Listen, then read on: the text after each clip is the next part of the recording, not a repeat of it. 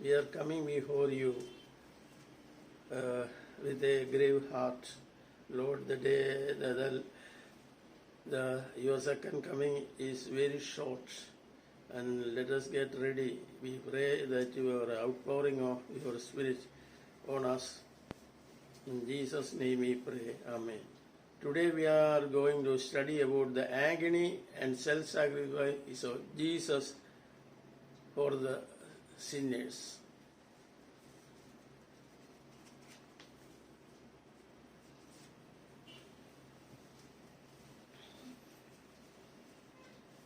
God's love towards us is unconditional. It is agape love.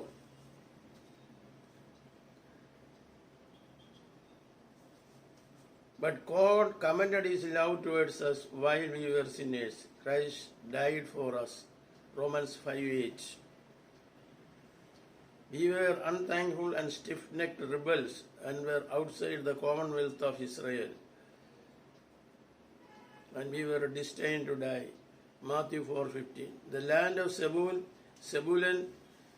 and the land of Naphtali by the way of sea beyond Jordan, Galilee of the Gentiles, the people which sat in the darkness saw a great light, and to them which sat in the region and shadow of death, light is sprung up. We were in the shadow of death, no doubt about that, and we were in darkness. And this light which the Father gave, He gave His only begotten Son, that whosoever will believe in Him will have everlasting life. Friends, we have to remember His sacrifice for us. We were the captives of Satan. Jesus left the bosom of His Father and the adoration of the angels to save us. He stepped down and became a lowly servant to suffer ridicule and pain, to demonstrate His immeasurable love for a stiff-necked rebels like us. Ellen White says, we contemplate daily on the sacrifice of Jesus on the cross. It will change our character because He suffered the most difficult. He suffered for us immensely and saved us from certain death.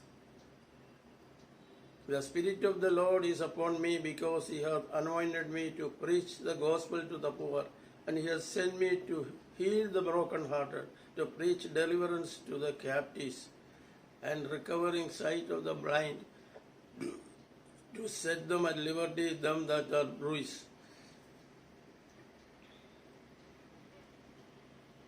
I had the good fortune of visiting Jerusalem in 2010.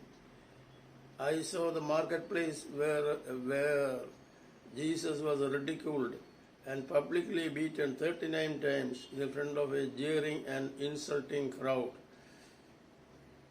by the whip of the Roman soldiers. The whip had a nail in it, and each blow circled round about His body. And when they pulled the whip back, what an excruciating pain He might have felt. All for us who are sinners and unthankful rebels. Great agony at the Garden of Gethsemane. See, Jesus on the eve of His crucifixion went to the Garden of Gethsemane with 3 of His disciples. And He was in great agony and prayer. And His disciples, He asked them to be alive and awake. He asked them to be awake and pray, but they fell asleep. The guilt of fallen humanity He must bear alone. Upon Him who knew no sin must lay the iniquity of us all.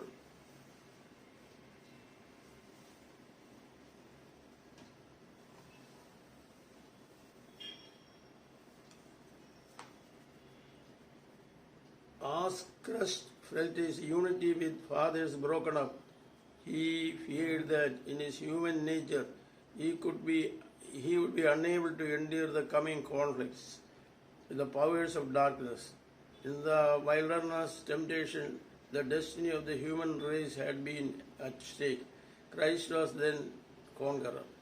Now the tempter had come for the last and fearful struggle. For this he had been preparing during the 3 years of Christ's ministry. Everything was at stake with him. If he failed here, his hope of mastery was lost. The kingdoms of the world would finally become Christ. He himself would be overthrown and cast out. But if Christ could be overcome, the earth should become Satan's kingdom, and human race would be forever in his power.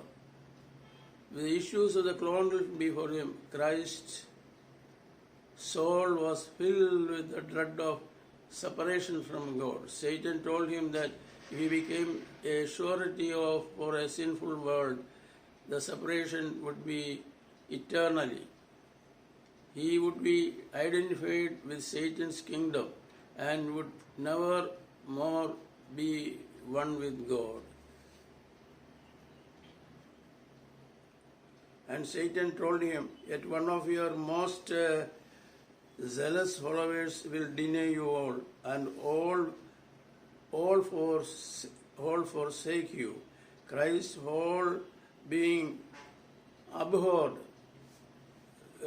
with their thought. That those whom he had undertaken to save those whom he loved so much should unite in the plots of Satan. This pierced his soul. The conflict was terrible. And Jesus prayed, "O Father, if possible, let this cup pass from me. Yet even now he asks, nevertheless, not as I will, but as thou wilt."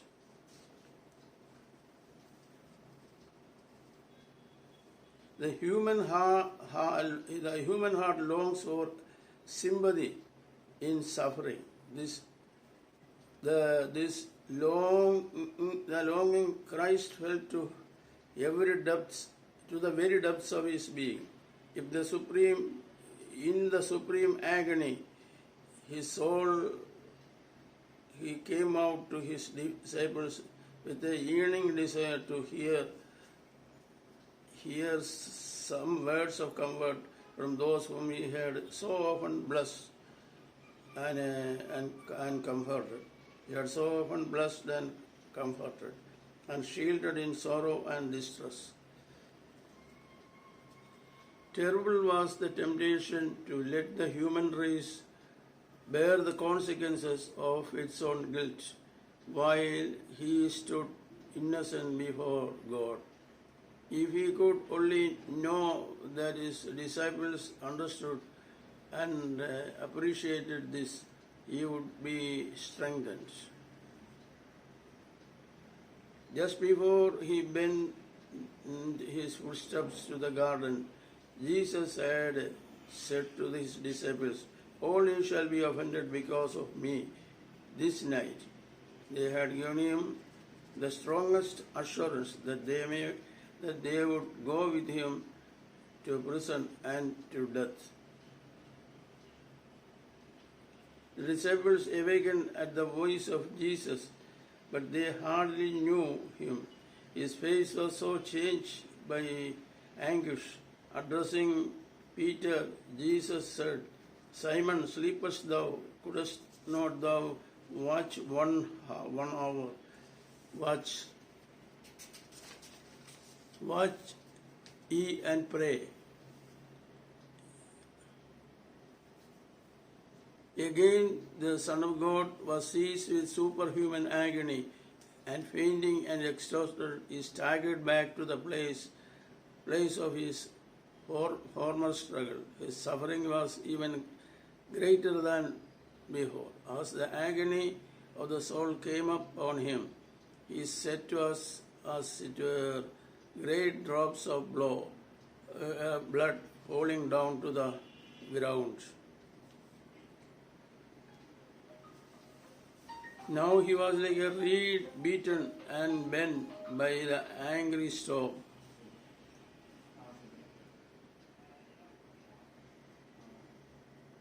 They saw his face marked with the bloody set of agony, and they were filled with fear.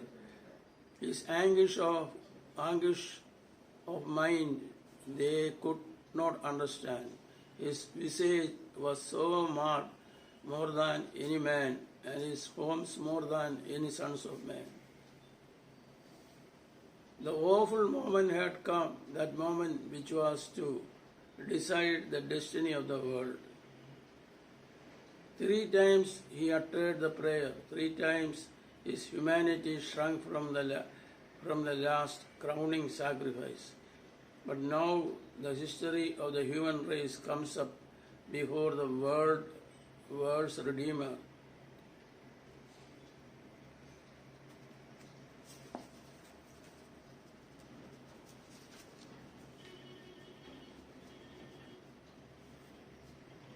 He will become a propitiation of a race that has willed to sin. His prayer now breathes only submission.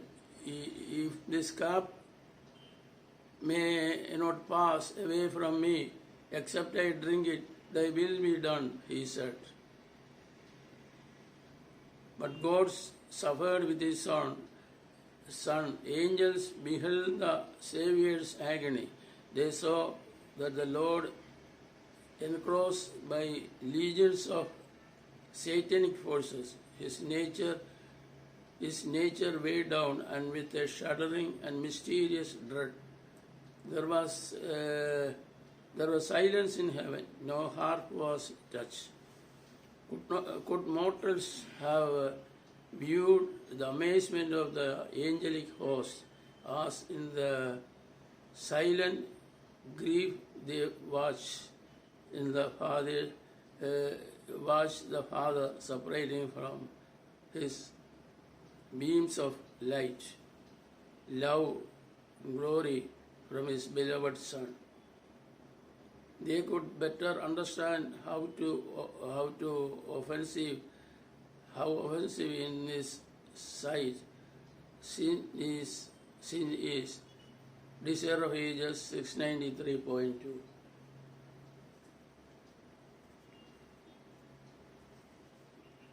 The powers of good and evil waited to see what answer would come to Christ's thrice repeated prayer.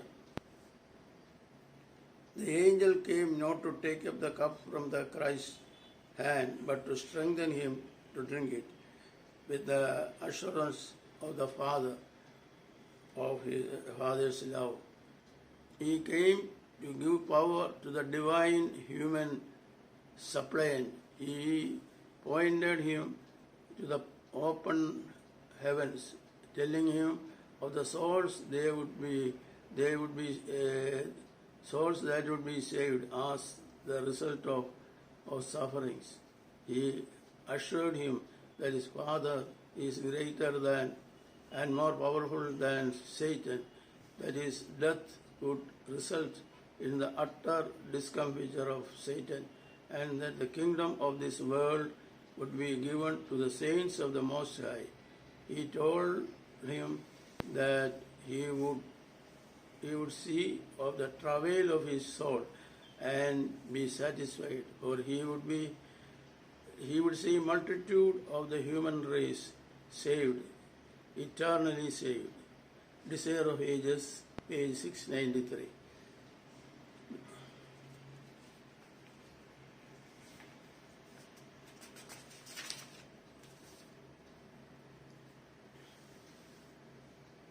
Now, now no traces of his recent agony was visible as Jesus stepped from to meet his betrayer, standing in advance of his disciples, standing in advance of his disciples. He said, "Whom seek ye?" They answered, "Jesus of Nazareth." Jesus replied, "I am he." As these words were spoken, the angel who had lately ministered to Jesus moved between him and the mob. A divine light illuminated the Savior's face, and a dove-like form overshadowed him. In the presence of this divine glory, the murderous throng could not stand for a moment. They staggered back. Priests, elders, soldiers, and even Judas left as dead men to the ground. The angel withdrew and the light faded away. Jesus had an opportunity to escape, but he remained calm and self-possessed. Jesus' trial and crucifixion. It was therefore necessary to pass judgment to be ratified by the Roman ratified by the Roman authorities. It was therefore necessary to bring against Christ charges that would be regarded as criminal by the Romans. An accusation just also to be found which would condemn him in the eyes of the Jews. Not a few among the priests and rulers had been convinced by Christ's teaching, and only fear of excommunication prevented them from confessing him. The trial must be so conducted as to unite the members of the Sanhedrin against Christ. There were two charges which priests desired to maintain. If Jesus could be proved a blasphemer, he would be condemned by the Jews. If convinced of sedition, he would secure condemnation of the Romans.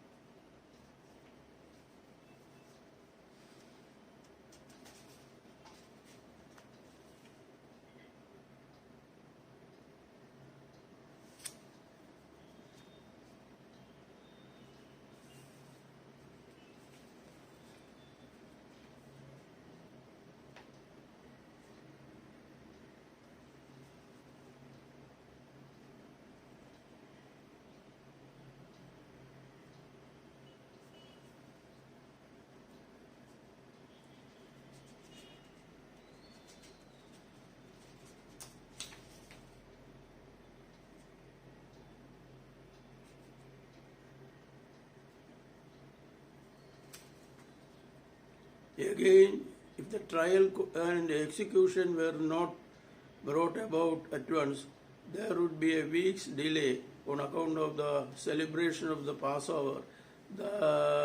This might defeat their plans in securing the condemnation of Jesus. They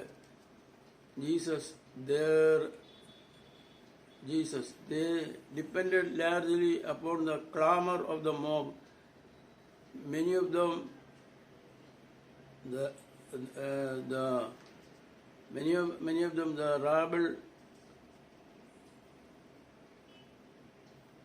rabble of Jerusalem.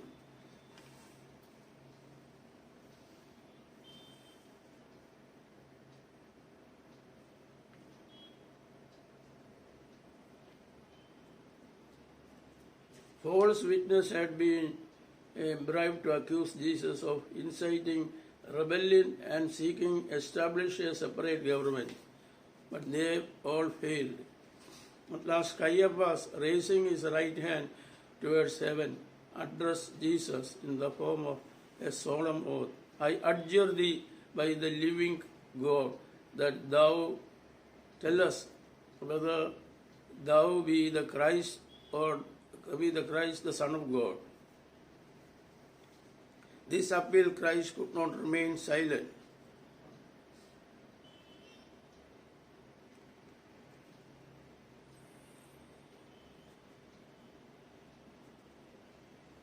He knew that no answer now would be make his death certain. But the appeal was made by the highest acknowledged authority of the nation, and in the name of the Most High Christ. Christ could not suffer for law. More than his own relation to the fathers was called in question. He must plainly declare his character and mission.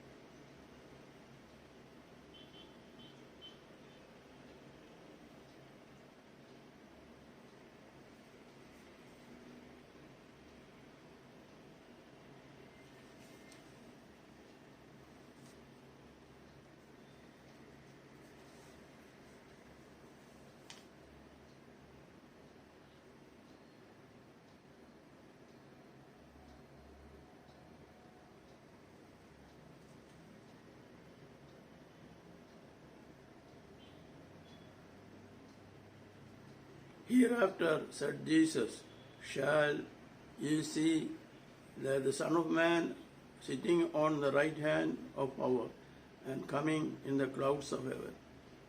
In these words, Christ presented the reverse of the scene then taking place.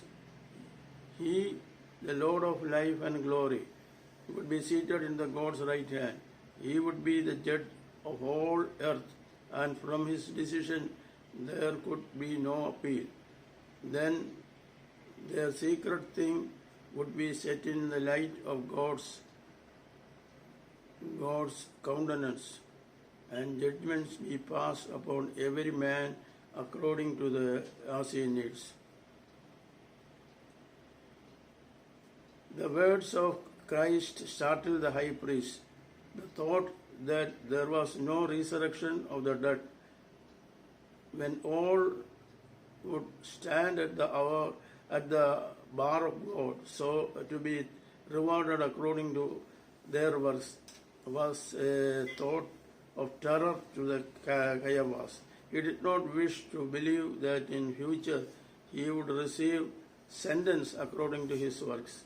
There rushed before his mind as a panorama the scene of that final judgment.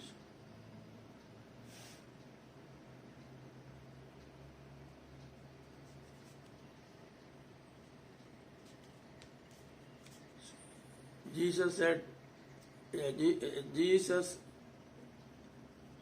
told that he was the Son of God, and this Caiaphas became greatly agitated.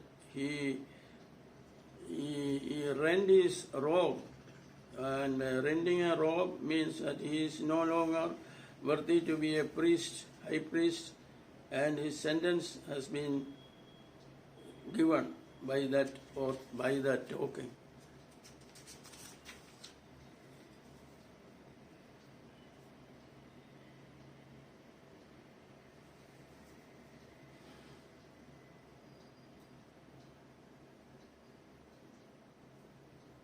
When the condemnation of Jesus was pronounced by the judges, a satanic fury took possession of the people.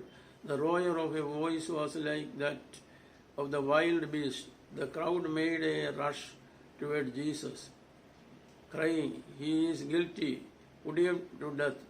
Had he not been for the Roman soldiers, Jesus would not have lived to be nailed to the cross of Calvary. He would have been torn in pieces before the judges, had not Roman authority interfered and by force of arms remained the violence of the mob, by force of arms restrained the violence of the mob. Heathen men were angry at the brutal treatment of the one against whom nothing had been proved. The Roman soldiers declared that the Jews is pronouncing condemnation upon Jesus were infringing upon the Roman power, and that was even against the Jewish law to condemn a man to death upon his own testimony. The priests and rulers forgot the dignity of their office and abused the Son of God with foul epithets. They tainted him with his parentage. They declared that his presumption in proclaiming himself the Messiah made him deserving the most ignominious death. The most dissolute men engaged in infamous abuse of the Savior. An old garment was thrown over his head, and his persecutors struck him in the face, saying, "Prophesy unto us, thou Christ, who is he that smote thee?" When the garment was removed, one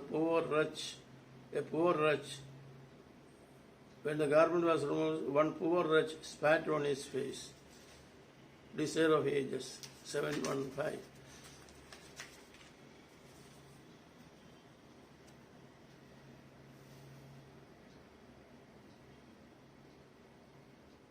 So he was brought to Herod. Herod ridiculed him, and he asked, "If you are an ambassador, death at their hands is only what you merit. If you are the Son of God, save yourself by working a miracle." No sooner when these words were spoken than a rush was made for Christ. Like wild beasts, the crowd darted upon their prey. Jesus was dragged this way and that. Herod joining the mob in seeking to humiliate the Son of God. Had not the Roman soldiers interposed and forced back the maddened throng, the Savior would have been torn to pieces. Desire of Ages, 7:31. Herod, with his men of war, set him at naught and mocked him and arrayed him in a gorgeous robe. The Roman soldiers joined the abuse. Pilate asked them, Whom will ye that I release unto you, Barabbas or Jesus?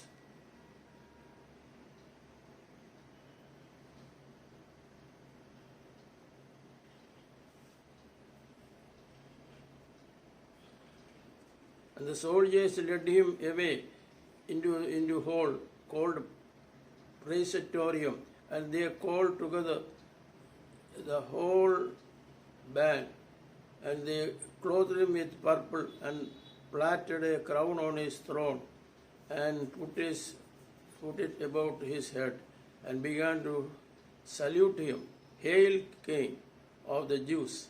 And they did spit upon him, and bowing their knees worshipped him. Occasionally some wicked hand snatched the reed that had been placed in his hand and struck him struck the crown upon his brow. The thorns went into the temples and sending the blood trickling down his face and beard. Satan's rage was great as he saw that all abuse inflicted upon the Savior had not forced the least murmur from his lips. Although he had been taken upon him the nature of man, he was sustained by a godlike fortitude and departed it in no particular from the will of his Father. Looking upon the smitten Lamb of God, the Jews cried, His blood be on us and in our children and upon our children. The awful cry ascended to the throne of God. That sentence pronounced upon themselves was written in heaven. The prayer was heard. The blood of the Son of God was upon their children and their children's children, a perpetual curse. Terrible was it realized in the destruction of the Jerusalem. Terribly has been manifested in the condition of the Jewish nation for 1800 years.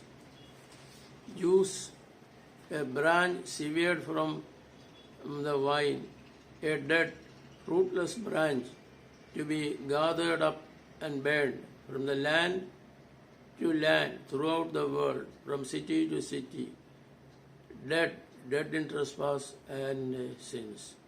We all know recently how how Hitler killed millions of Jewish people. As Jesus passed from the Pilate's court, the cross which had been prepared for Barabbas was laid upon his bruised and bleeding shoulders.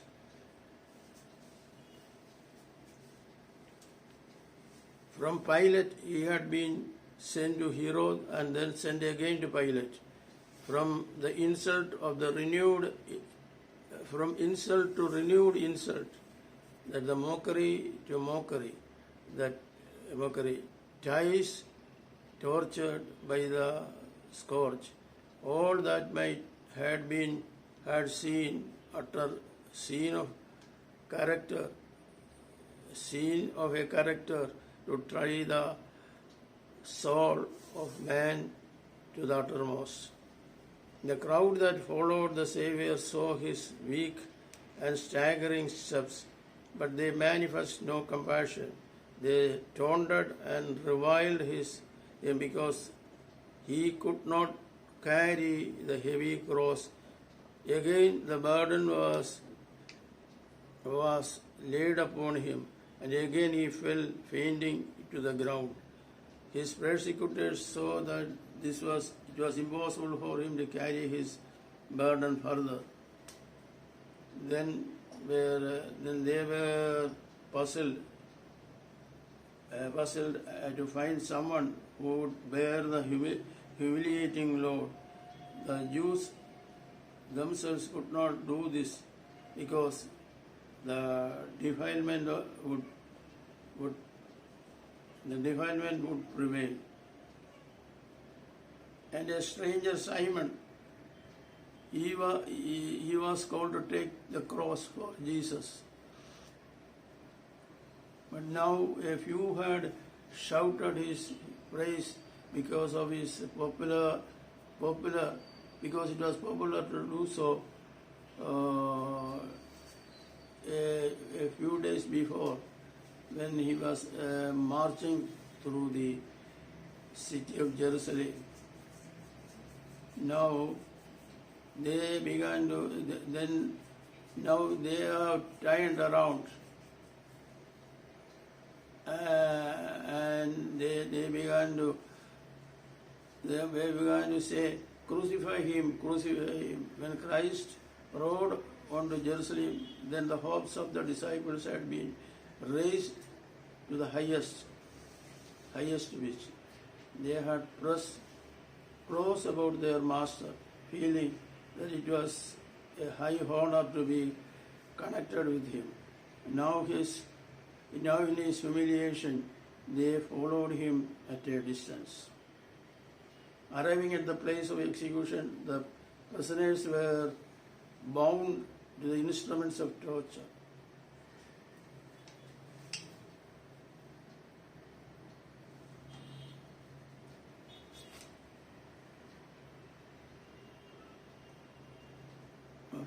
The two thieves wrestled in the hands of those who placed them on the cross, but Jesus made no resistance. The Savior made no murmur of complaint. His face remained calm and serene, but the great drops of sweat stood upon his brow.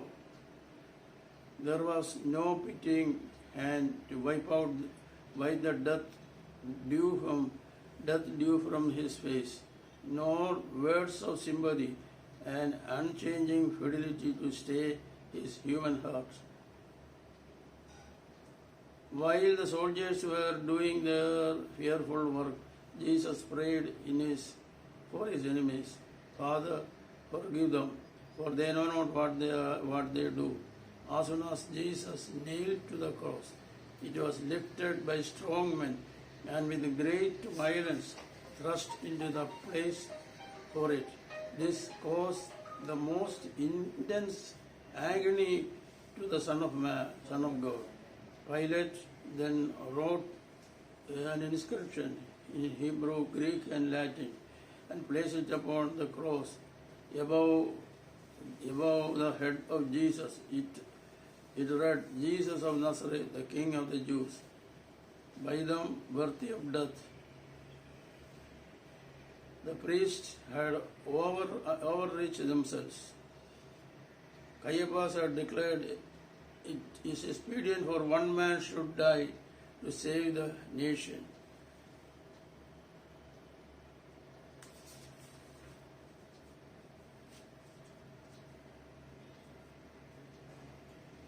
"If thou be the Son of God," they said, "come down from the cross.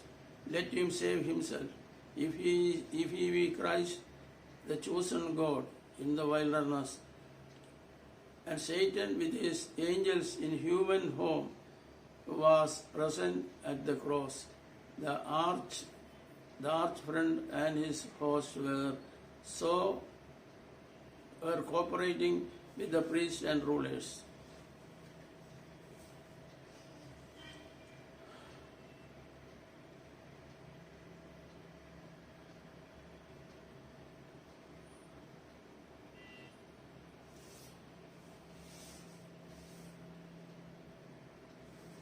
For long hours of agony, reviling, and mockery fallen upon him on the ears of Jesus. As he hung upon the cross, there floats up to him still the sound of jeers and curse. With a longing heart, he has listened to someone's expression of faith from his disciples. He has heard only mournful words. We trusted that it had been he which should be redeemed Israel.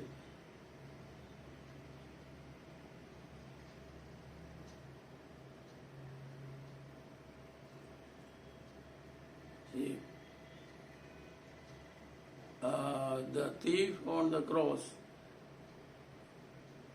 One of the thief on the cross said, "Lord, remember me," he cries, "when thou comest unto thy kingdom." Quickly the answer came, soft and melodious at dawn, full of love, compassion, and power. "Verily I say unto you, today thou shalt be with me in disciple." So the thief was the only one who called him Lord.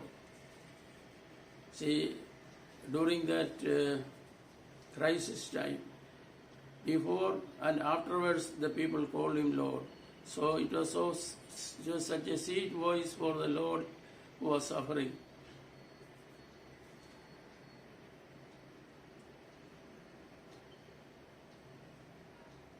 It was not the dread of death that weighed upon him. It was the pain and ignominy of cross that caused his inexpressible agony.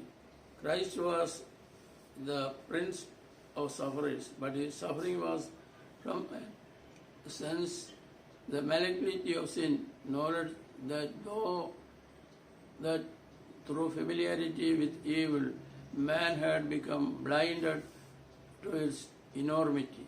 Christ saw how deep is the hold of sin upon the human heart, but how few would be willing to break from its power.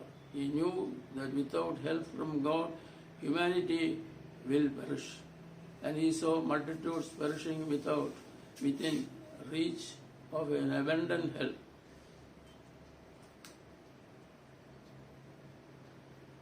The withdrawal of the divine countenance from the Savior in this hour of supreme anguish pierced his heart with a sorrow and can never be fully understood by man. So great was the agony that his physical pain was hardly felt. The sun refused to look upon the awful scene. Its full bright rays were illuminating the earth at midday when suddenly it seemed to be blotted out. Complete darkness like a funeral pall enveloped the cross. There was darkness all over the land unto the ninth hour. In the thick darkness, God's presence was hidden. He makes darkness his pavilion and conceals his glory from human eyes. God and his holy angels were beside the cross. The Father was with the Son, yet his presence was not revealed.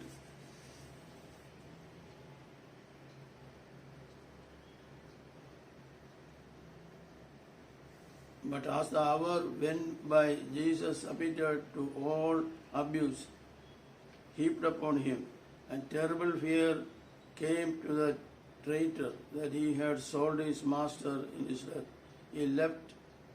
He felt that he could not live to see Jesus crucified, and in his despair went out and hanged himself. Friends, the suffering and the death of Jesus should teach us that how we should be grateful to our God who shed his blood. Daily remember him then and become like him. In Jesus' name I pray. Amen.